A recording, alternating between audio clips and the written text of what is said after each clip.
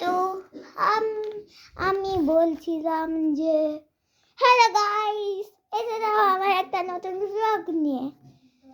তো এটা হলো নিচের ঘর, এটা ঠাম্মার ঘর। যারা